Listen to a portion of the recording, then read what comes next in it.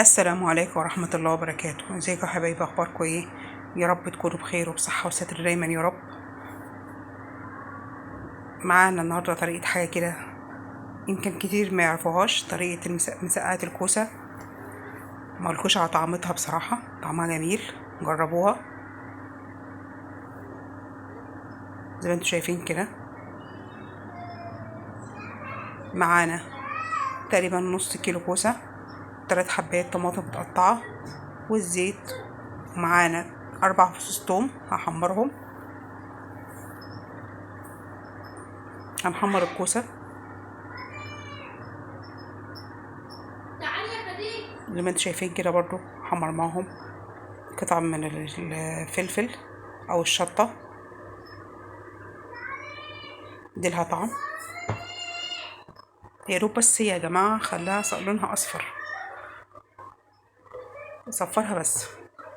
بنتي كانت بتساعدني. انا على فكرة كنت محمرة كوسة قبل كده، لان بنتي ما بتاكلهاش من غير طماطم، بتحبها كده محمرة بس، وعليها شوية دقة. هصفر الثوم وهحط مع الثوم برضو قطع من الشطة الحمراء والخضراء.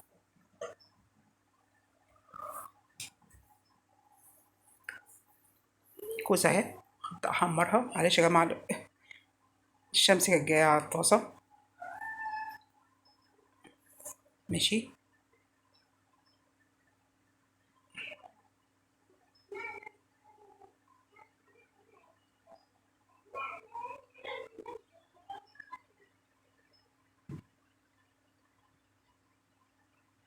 هصفر بس الكوسة بس، اديله لون ذهبي كده.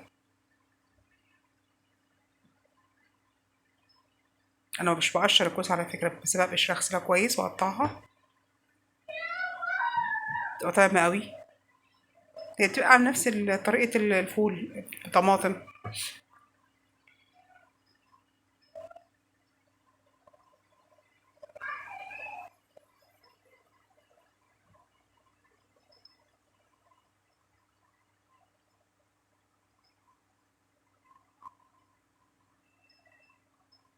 هي بدأت تاخد اللون اهي.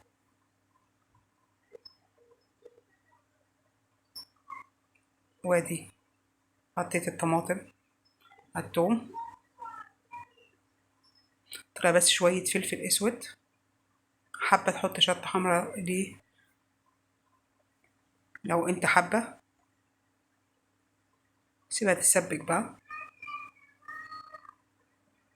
شوية الملح، تقريبا نص معلقة صغيرة ملح.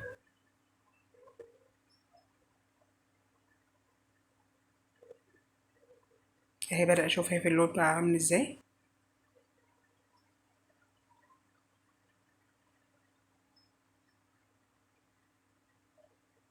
الطماطم بدأت تاخد اهي، اتسبكت خلاص. طلع حبة مية.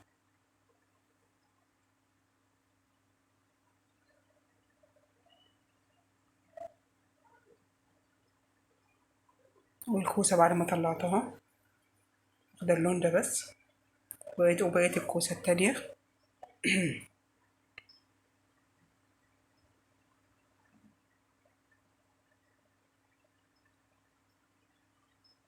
الطماطم معايا اتسبكت خلاص.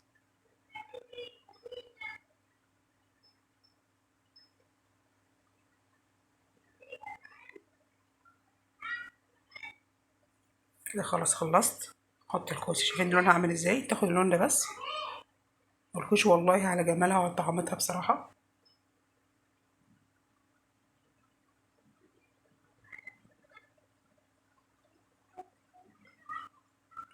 انا كنت عاملة الاكلة دي على غدا على فكرة، تغيير. هي بعد ما خلصت شايف شكلها عامل ازاي.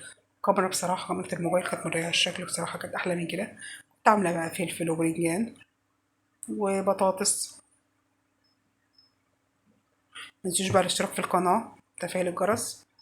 عاوزة كومنت حلو منكم، عاوزة لايكات كتير كتير، عاوزة القناة تفعلوا القناة يا جماعة، وعاوزة اشتراك، وعاوزة تفعيل الجرس. والسلام عليكم ورحمة الله وبركاته.